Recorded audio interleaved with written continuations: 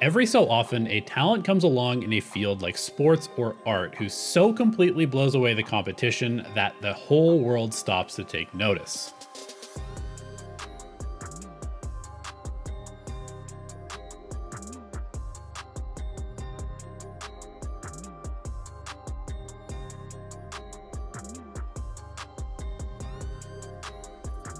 Watching the rise of Max Demon1 Mazanov in the 2023 Valorant season started to feel a bit like we might be watching a Valorant virtuoso take the game by storm. This impression only grew stronger as Demon1 capped off Evil Genius's historic championship run by finding the final kill of the event via headshot, one of 3 that he had in the round, and his 421st total frag in 459 rounds played. This is it. This is huge. Divine now. Got to be careful. He's a little ahead of expectation, but come on the way. He's going to take him down. Still trying to dig deeper. The paint, it didn't connect. He found nothing. It's a 3v3.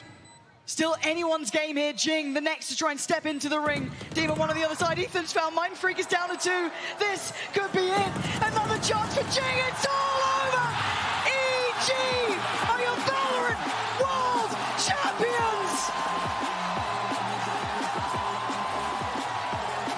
I remember thinking to myself during this final series that it really felt like anyone who took a straight 1v1 aim duel against Demon1 was making a big mistake.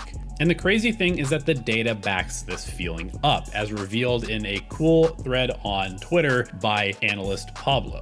According to the data presented, in the 2023 season, Demon1 was the most successful player in the world at winning rifle versus rifle duels, getting the edge against the world's best players nearly 59% of the time. So with this in mind, let's take a closer look at Demon1's aiming mechanics to try and understand what makes him such a demon in the server. Sorry for that. Let's start with speed, because this is where Demon1 blows pretty much every other aimer out of the water. They try and clear through. Looks for the next target. Oh, it's gorgeous! Demon1!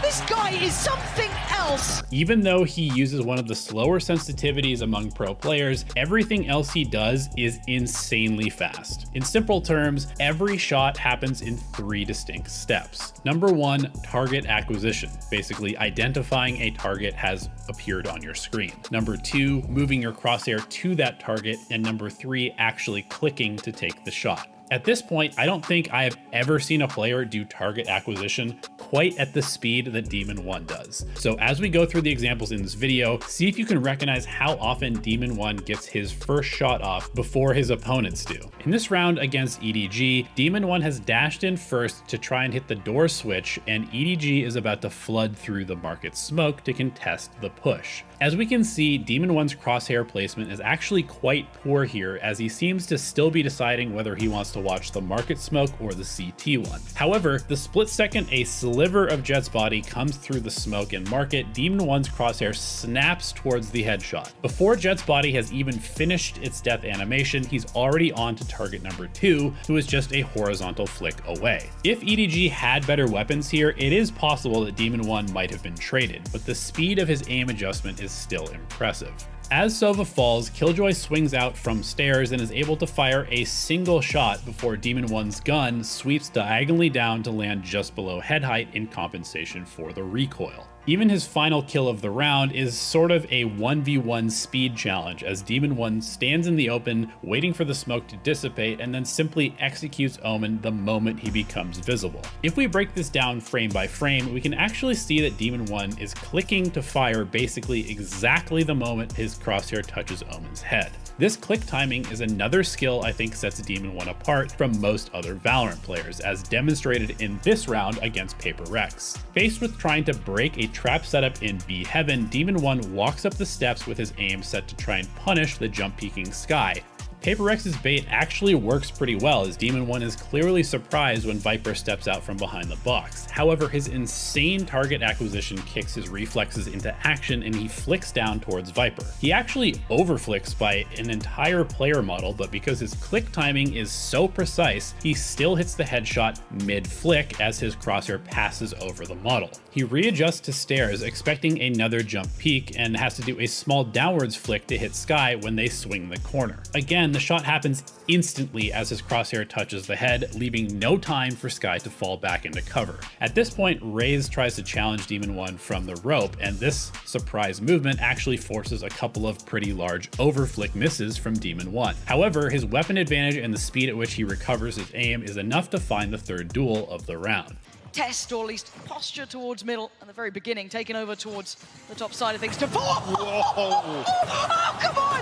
This guy is literally inhuman. As I was gathering clips for this video, I kept running into situations like these where Demon1's speed simply outpaces the other players in the server. And it doesn't really seem to matter what weapon he's using. His ability to identify and react to enemies from all sorts of angles is just astonishingly fast. It got me thinking about Demon1's past experience in Unreal Tournament and how that may have given him a unique mechanical skill set that nobody else has in the game. For those who don't know, Demon1's previous game of choice was Epic's old school arena shooter Unreal Tournament, where players skate and fly around the map at dizzying speeds, taking fights from all manner of odd angles with all sorts of different weapons. Crosshair placement does certainly play a role in any shooter, but this game really emphasizes being able to identify and flick to targets at extreme speed. Also, because the movement rate is so high, you have to develop absurdly quick click timing to actually hit anything before it moves out of your crosshair. I would have to imagine that after playing a game like Unreal Tournament for so long, the speed of movement in Valorant must feel incredibly slow. And there's perhaps no better round to demonstrate this speed gap than this one against DRX at Valorant Champions. Unchecked by DRX's Raze, Demon1 capitalizes on the mistake by swinging out to fight the trailing Killjoy and Breach. We can see a slight wiggle in Demon1's aim as he decides against going for Breach and takes the shot at Killjoy first. Before anyone can react, Demon1 has already shifted his focus to Breach and tracks his head through the box to notch 2 kills in an instant.